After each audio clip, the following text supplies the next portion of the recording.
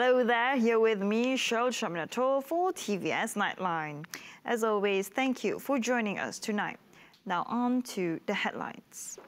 The people of Sarawak were urged to continue adhering to the Standard Operating Procedures or SOP during the Chinese New Year celebration. According to Chief Minister Datuk Patinggi Abang Johari Tun Openg, the decision was among the initiatives to curb the spread of COVID-19, especially in Sarawak. We need to continue with our efforts to keep the coronavirus infection rate down again. And hopefully, with the coming of the vaccine, the situation can be better towards the second half of this year. Meanwhile, we just need to abide by the SOPs and cooperate with our frontliners and enforcement authorities so that the current 3-digit daily infection can be brought down to just single digit or, God willing, even zero infection. Although the situation this time was different because of the new norm, Abang Johari said the tradition for the celebration could still be continued to strengthen the unity among the people.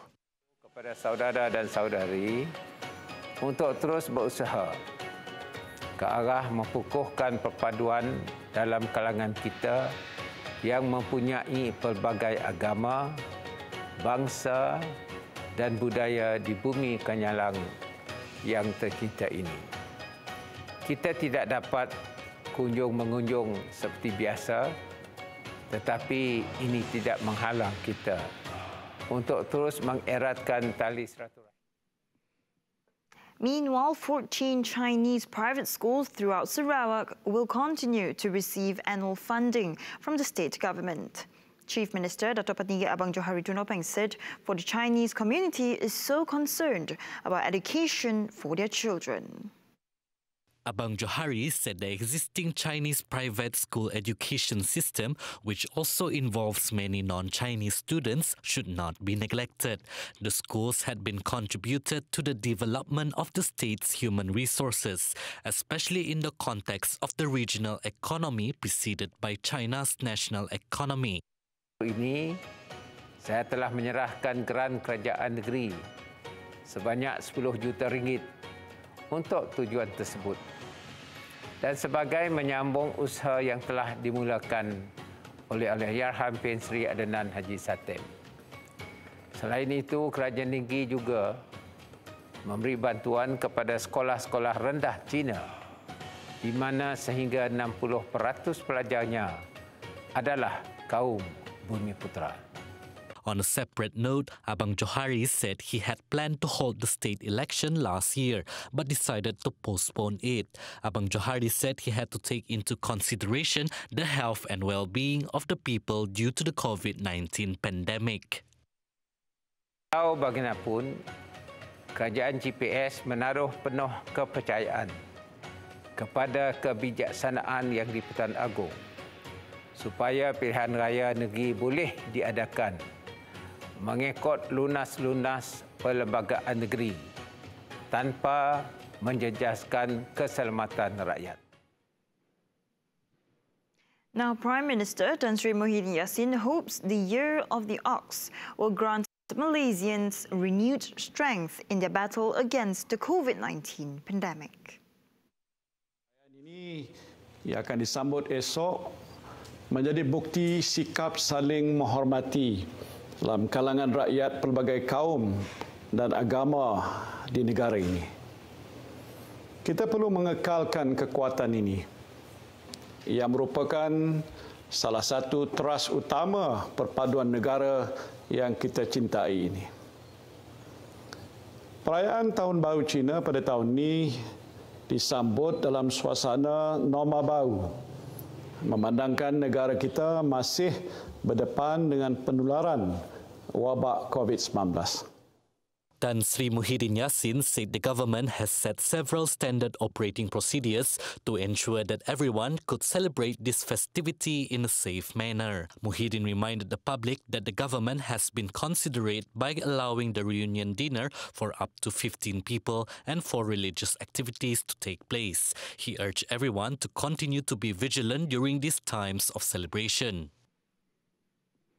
On the other hand, Sarawakians living abroad or away from their hometowns missed the annual Chinese New Year reunion dinner tonight to usher in the Year of the Ox. Let's hear what they have to say about it. Serena, who lives abroad in Singapore, said it has been a year since she has not returned home due to the COVID-19 pandemic. I have not been home for almost 1 year, and I'm missing home like crazy. Facing with the uncertainties of not knowing when can I go back home again, I just want to say that Daddy and Mommy, I miss you all so much. One Sarawakian who lives in New Zealand, Sim Yi Sia, said although she did not celebrate the Chinese New Year in Kuching, she was still grateful for the health of her friends and families. Most importantly, we are really glad that our friends and families back in Malaysia are all healthy and safe. Meanwhile, Eric Lee said he would celebrate the New Year with his housemate and with his family via online video call. I do think that the sense of ceremony is very important. So no matter where we are, I think reunion dinners is still is a very important that I personally planned. Perhaps we can have a reunion dinners by Zoom. By having our meals in front of the computer, but to stay connected with our beloved family members.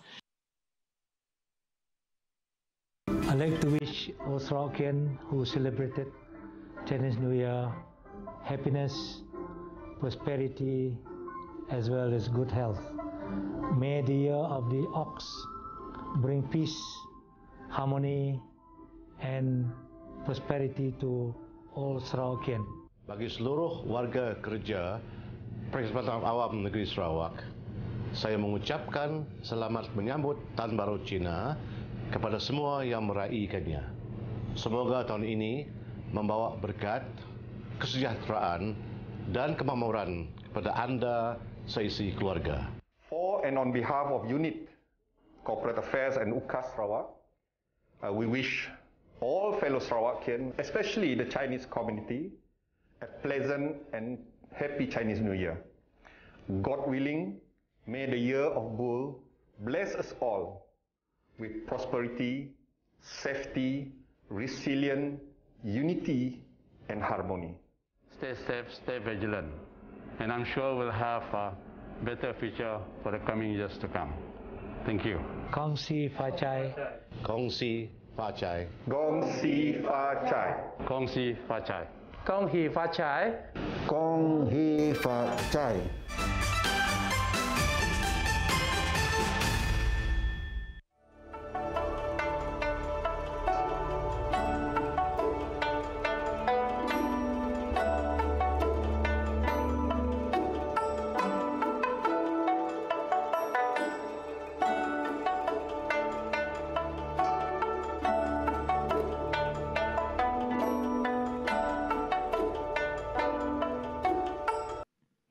Back to the Nightline with a COVID-19 update as Sarawak reported 184 cases and 1 fatality today. The death occurred in Cebu, which brought the total number of fatalities in the state to 56. Sarawak State Disaster Management Committee said the Sarawak's COVID-19 tally of cases rose to 6,190 cases. Cebu continued to record the highest number of new cases at 57, followed by Subis at 31 and Kapit at 24. All 31 cases at Subis were related to the Pasai cluster. Therefore, the committee informed that Subis district had been classified as a red zone area today. It said in a statement that this was because a total of 49 new locally transmitted cases were recorded in the district in the last 14 days. The committee also revealed that Julao district was now an orange zone after a total of 38 new cases were recorded in the district in the last 14 days. Meanwhile, Malaysia recorded 3,384 new COVID-19 cases today. Of that number, 3,369 were local transmissions, with the remaining 15 being import cases. This brings the total number of positive COVID-19 cases in Malaysia to 254,988. Of that number, 51,783 COVID-19 cases are still active. Moreover, the Ministry of Health said 13 more deaths were recorded, bringing the death toll in the country to 936. 259 cases are under intensive care treatment, and of that amount, 122 cases required respiratory assistance. Meanwhile, 3,774 cases were discharged today, bringing the total number of recoveries in the country to 202,269. On to the next update, as the Malaysian Armed Forces, or ATM, were all geared up for the Conditional Movement Control Order, or CMCO, at 2 areas in Sibu Jaya. The said locations include a flat and town villa housing in Sibu Jaya, which has an estimated population of 6,000 residents. This was after the State Disaster Management Committee announced the CMCO in the involved areas effective 12 a.m. tonight until February 25th. The move was done in hopes to decrease the rate of infections in the areas to curb the spread of COVID-19. Right. Now, a total of 315 to 450 volunteers aged 60 and above are needed to join the third clinical phase trial of the COVID-19 vaccine. According to a statement from the Health Ministry, the study was aimed at testing the safety and effectiveness of the COVID-19 vaccine among the said age groups. Those who are interested to volunteer can contact the 9 hospitals which were included in the trial, namely Ampang Hospital, Sarawak General Hospital, Pulau Penang Hospital, Seberang Jaya Hospital, Sultanah Bahiyah Hospital, Raja Permaisuri Bainun Hospital, Taiping Hospital, Sungai Buloh Hospital, and Abdul Halim Hospital. In the same development, a total of 8,152 volunteers aged 18 and above had been involved in the clinical trial. Meanwhile, the test is a collaboration among the Ministry of Health and the Biology Medical Institute, as well as the Academy of Science and Medicine of China. A good news, as creative industry players were given financial assistance by FINAS with a total allocation worth 20,985,000,000 ringgit. According to the Minister of Communications and Multimedia, Datuk Saifuddin Abdullah said with the funds provided, it will benefit the local creative industry players in facing the COVID-19 pandemic challenges. Untuk kita pertamanya memperkasa semula industri kreatif yang banyak terhenti dan terganggu akibat daripada pandemik COVID-19. Pada waktu yang sama, kita hendak memperbanyakkan pemilikan hak cipta kandungan dalam kalangan penerbit tempatan bagi penjanaan keuntungan pada masa depan. Dan yang ketiga ialah menjana semula industri kreatif tanah air melalui kerjasama antara pihak swasta dengan melibatkan stesen televisyen dan penyiaran tempatan.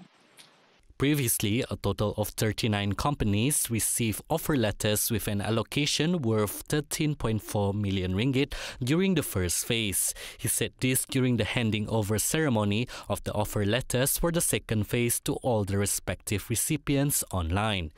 He further said that the initiative will be able to generate the creative industry's revenue as well as providing job opportunities through the cooperation with private sectors such as broadcasting and television companies, namely Astro, Media Prima, TV Al Hijrah, and Sarawak Media Group. Now, Minister of Welfare, Community Wellbeing, Women, Family and Childhood Development, Datuk Seri Fatimah Abdullah said during the Movement Control Order, or MCO period, that was implemented in March last year, a surge in domestic violence cases were reported among women. There had been an increase in the number of cases during the same month compared to last year. Fatima said the enforcement of the MCO caused social support services to be blocked and were not able to reach all the women who were abused. The MCO also pressured the relevant agencies in managing family institutions responsibly, apart from monitoring the children's activity during online learning. Fatima said to overcome domestic violence, the government should take into account by empowering support groups and by developing policies regarding to all the battered individuals involved in domestic violence. It is intended to evaluate the National Welfare Department by providing transparency and easy access by those who were involved in domestic violence. Meanwhile, 29 Sarawak civil servants became the first group to undergo a proficiency training program on Building Information Modelling, or BIM. The training is a globally adopted digital modelling program for construction projects. BIM is a program that utilizes intelligent 3D modeling to allow project constituents to collaboratively create, integrate, and manage detailed building information efficiently. It will lead to project resource optimization and reduce design conflicts and construction time. The one-day BIM theory and concept training program is a collaboration between Sarawak Multimedia Authority, Sarawak Public Works Department, and Academy Binaan Malaysia. It is in conjunction with the Construction Industry Development CIBD training arm intended to equip state agencies officers with excellent digital service delivery and governance. SMA General Manager Dr. Zaidi Raza in a statement said digital competency development for the state civil service is a strategic action of Sarawak's digital economy enablers. He added the agency was committed to actively pursuing such upskilling initiatives. In the same statement, SMA Deputy Chief Scientist and Advisor for Digital Economy, Professor Dr. Al-Khalid Othman said the training was in line with the state's government's aspiration in leading Sarawak to achieve a developed state status by 2030 by increasing the number of its skilled and competent workers. Now, the Malaysian economy has declined by 3.4% in the fourth quarter of 2020, following the implementation of the Conditional Movement Control Order. Meanwhile, the economy for the whole of 2020 also contracted by as much as 5.6%, its lowest since the 1998 Asian financial crisis. Among the factors for the contraction of the economy are disruptions to the supply of commodities due to the lack of labor and closure of facilities. Moreover, all sectors have recorded dwindling performances throughout 2020, except for the manufacturing industry, which saw growth spurred on by electrics and electronics. The service sector remains as the worst hit sector. Private consumption, including household spending, also shrank by 3.4% in the fourth quarter.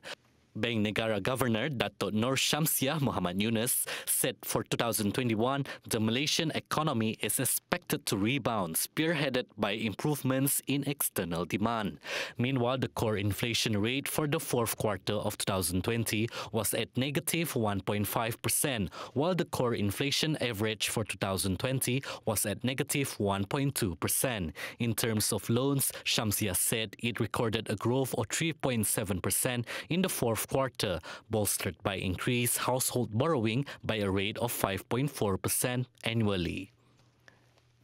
Household borrowing also involves the purchase of homes and vehicles. Syamsiah said the rate of unpaid loans are also expected to even out following the extension of the moratorium for those who need it. Households have also started to pay back their debts ever since the blanket moratorium was ended. Though celebrated differently this year, but still much anticipated, here at TVS, we would like to extend a happy Chinese New Year with your loved ones at home.